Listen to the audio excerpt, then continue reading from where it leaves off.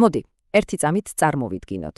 ახლად გაერთიანებული, ფეხზე დამდგარი სამეფო, რომელიც ბედავს და თვით თავისი დროის უძლეველ იმპერიას უპირისპირდება.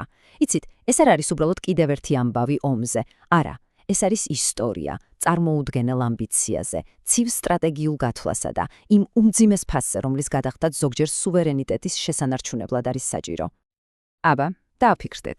რამ უნდა აიძულოს ახალგაზრდა მეფე, რომ მთელი თავისი სამეფო, ყველაფერი, რასაც მიაღწია, სასწორზე დადოს და ბიზანტიის უზარმაზარ სამხედრო მანქანას შეეჭიდოს. ეს იყო რაღაც გენიალური სტრატეგიული სვლა, თუ უბრალოდ საბედისწერო, ტრაგიკული შეცდომა.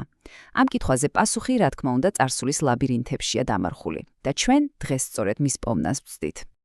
მოკლედ, ჩვენი დღევანდელი მარშრუტი ასეთია. ჯერ ვნახავთ საერთოდ რა ვითარება დახვდა გიორგი პირველს.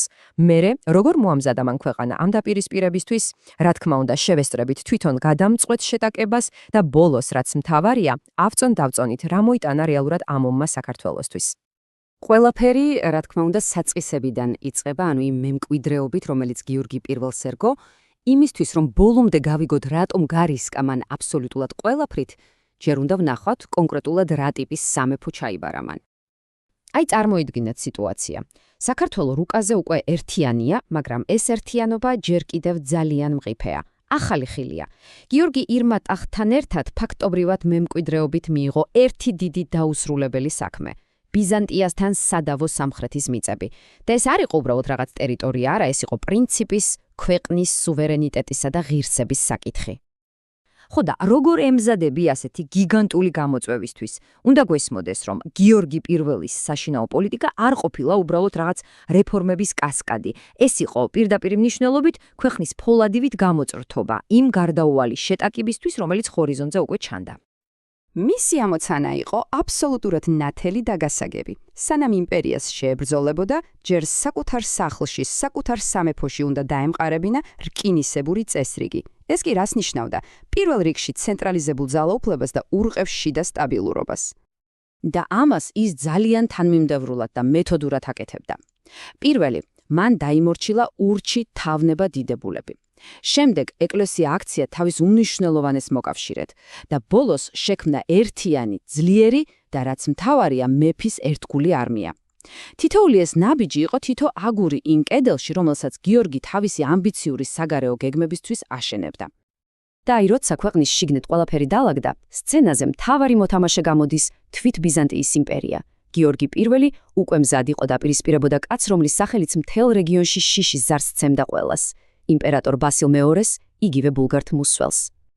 უბრალოდ შეხედეთ ძალთა ამ თანაფარდობას. ერთ მხარეს გვყავს ახალგაზრდა ამბიციებით სავსე მეფე და მისი ახლად შექმნილი ჯერ კიდევ მყიფე სამეფო. მეორე მხარეს კი 1000 წლოვანი უზარმაზარი იმპერია და მისი გამოცდილი, დაუნდობელი და ლეგენდარული იმპერატორი.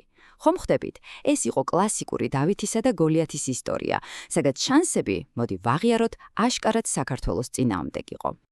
ეს იყო, იცით, ნამდვილი სტრატეგიული ჭადრაკის პარტია. გიორგი ირმა იხელთა მომენტი, როცა ბასილი მეორე დასავლეთში იყო გართული ბულგარეთთან ომში და სწრაფად დაიკავა სადავო მიწები. მაგრამ, რა თქმა უნდა, იმპერატორმა ეს არ დაივიწყა. როგორც კი ის ფრონტი დახურა, მისი მთელი ყურადღება და სამხედრო მანქანა საქართველოსკენ წამოვიდა. ულტიმატუმი იყო ძალიან მკაცრი. დააბრუნე მიწები. გიორგის უარმა კი ფაქტობრივად ომის დაწყების სიგნალი მისცა.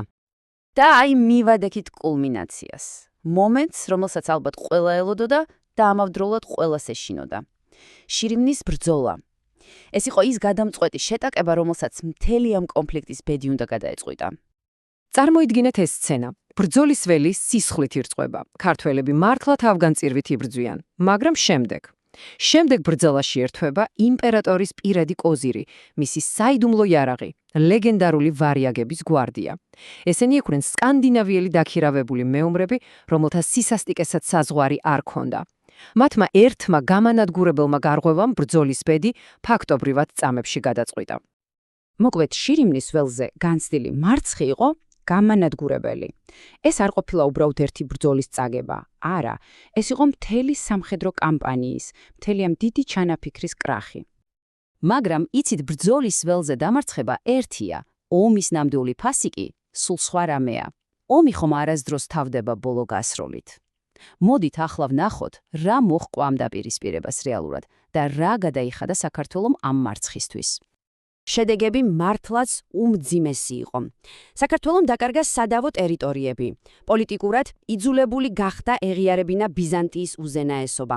და რაც ალბათ ყველაზე მტკივნეული და დამამცირებელი იყო, მეფე გიორგის მოუწია საკუთარი მცირეწლოვანი შვილის, მომავალი მეფის, ბაგრატის, კონსტანტინოპოლში მძევლად გაგზავნა. ეს იყო ძალიან მწარე გაკვეთილი იმისა, თუ რას ნიშნავს იმპერიასთან თამაში. თუმცა აქ არის ერთი ძალიან საინტერესო ნიუანსი. ეს არ ყოფილა ცალმხრივი გაკვეთილი. დიახ, ბიზანტიამ სამხედრო თვალსაზრისით გაიმარჯვა, მაგრამ ეს გამარჯვება მას საკმაოდ ძვირი დაუჯდა. და რაც ყველაზე მთავარია, ამ ომმა იმპერიას ცხადად დაანახა, რომ მის ჩრდილოეთ საზღვართან დაიბადა ახალი, ამბიციური ძალა.